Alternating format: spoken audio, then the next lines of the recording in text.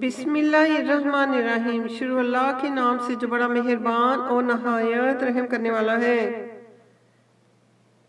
اور ہم نے داؤد علیہ السلام کو سلیمان علیہ السلام عطا کیے، بہت خوب بندے تھے اور وہ خدا کی طرف رجوع کرنے والے تھے۔ جب ان کے سامنے شام کو خاصے کے گھوڑے پیش کیے گئے تو کہنے لگے کہ میں نے اپنے پروردگار کی یاد سے غافل ہو کر مال کی محبت اختیار کی، یہاں تک کہ آفتاب پردے میں چھپ گیا۔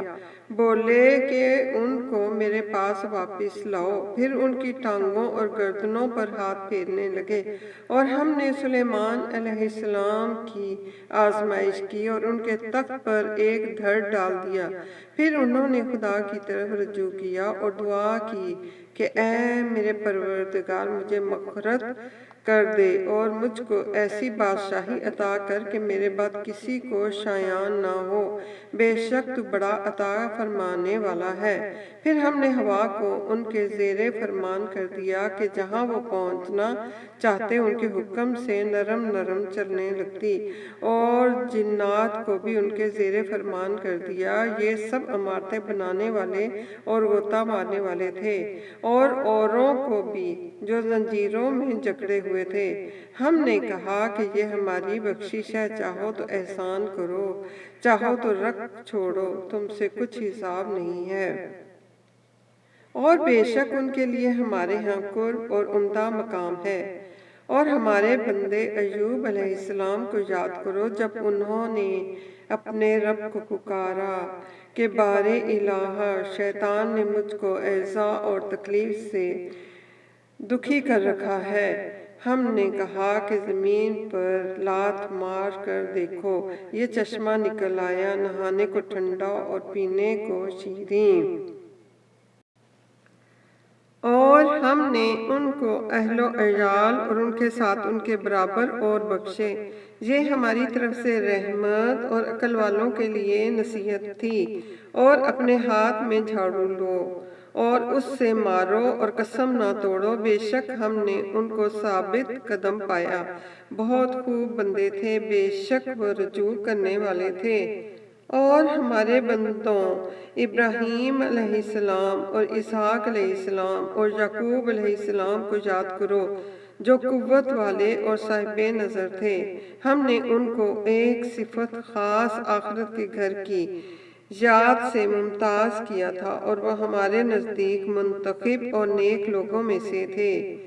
اور اسماعیل علیہ السلام اور الجسا اور ذوالکفل کو یاد کرو، وہ سب نیک لوگوں میں سے تھے۔ یہ نصیحت ہے اور پرہیزگاروں کے لیے تو عمدہ مقام ہے۔ ہمیشہ رہنے کے باغ جن کے دروازے ان کے لیے کھلے ہوں گے، اس میں تکیے لگائے بیٹھے ہوں گے، اور کھانے پینے کے لیے بہت سے عمدہ اور میوے اور شراب منگاتے رہیں گے، اور ان کے پاس نیچے نگاہ رکھنے والی اور ہم عمر عورتیں ہوں گی۔ یہ وہ چیزیں ہیں جن کا حساب کے روز کے لیے تم سے وعدہ کیا جاتا تھا۔ یہ ہمارا رزق ہے کہ جو کبھی ختم نہیں ہوگا۔ یہ نعمتیں تو فرمانبرداروں کے لیے ہیں، اور سرکشوں کے لیے تو برا ٹھکانہ ہے، یعنی کہ دوزخ، جس میں وہ داخل ہوں گے، اور وہ بری آرام گاہ ہے۔ یہ کھولتا ہوا گرم پانی اور پیپ ہے، اب اس کے مزے چکھیں۔ اور اسی طرح کے اور بہت سے عذاب ہوں گے۔ یہ ایک فوج ہے جو تمہارے ساتھ داخل ہوگی، ان کو خوشی نہ ہو، یہ دوزخ میں جانے والے ہیں۔ کہیں گے بلکہ تم ہی کو خوشی نہ ہو، تم ہی تو یہ بلا ہمارے سامنے لائے ہو، سو یہ برا ٹھکانہ ہے۔ وہ کہیں گے کہ اے میرے پروردگار، جو اس کو ہمارے سامنے لایا ہے، اس کو دوزخ میں دونا عذاب دے۔ اور کہیں گے کیا سبب ہے کہ یہاں ہم ان شخصوں کو نہیں دیکھتے جن کو بروں میں شمار کرتے تھے؟ کیا ہم نے ان سے ٹھٹھا کیا ہے، یا ہماری آنکھیں ان کی طرف سے پھر گئی ہیں؟ بے شک یہ اہل دوزخ کا جھگڑا برحق ہے۔ کہہ دو کہ میں تو صرف ہدایت کرنے والا ہوں، اور خدائے یکتا اور غالب کے سوا کوئی معبود نہیں، جو آسمانوں اور زمین اور جو مخلوق ان میں ہے سب کا مالک ہے، غالب اور بخشنے والا۔ کہہ دو کہ یہ بڑی ہولناک چیز کی خبر ہے جس کو تم دھیان میں نہیں لاتے۔ مجھ کو اوپر کی مجلس والوں کا جب وہ جھگڑتے تھے کچھ بھی علم نہ تھا۔ میری طرف تو یہی وحی کی جاتی ہے کہ میں کھلم کھلا ہدایت کرنے والا ہوں۔ جب تمہارے پاس پروردگار عالم نے فرشتوں سے کہا کہ میں مٹی سے انسان بنانے والا ہوں، جب اس کو درست کر لوں اور اس میں اپنی روح پھونک دوں تو اس کے آگے سجدے میں گر پڑنا، تو تمام فرشتوں نے سجدہ کیا مگر شیطان اکڑ بیٹھا اور کافروں میں ہو گیا۔ خدا نے فرمایا کہ اے ابلیس، جس شخص کو میں نے اپنے ہاتھوں سے بنایا اس کے آگے سجدہ کرنے سے تجھے کس چیز نے منع کیا؟ کیا تو غرور میں آ گیا یا اونچے درجے والوں میں تھا؟ بولا کہ میں اس سے بہتر ہوں کہ تو نے مجھ کو آگ سے پیدا کیا اور اسے مٹی سے بنایا۔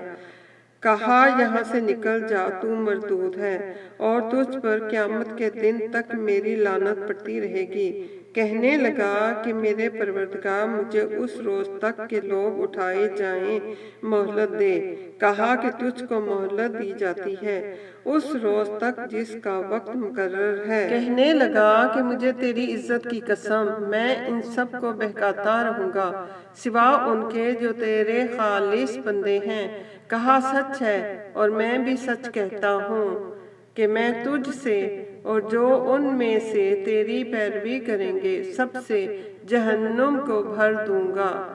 اے پیغمبر صلی اللہ علیہ وسلم، کہہ دو کہ میں تم سے اس کا صلہ نہیں مانگتا اور نہ میں بناوٹ کرنے والوں میں ہوں۔ یہ قرآن تو اہل عالم کے لیے نصیحت ہے اور تم کو اس کا حال ایک وقت کے بعد معلوم ہو جائے گا۔ اللہ اکبر۔ ربنا آتنا فی الدنیا حسنۃ وفی الآخرۃ حسنۃ وقنا عذاب النار۔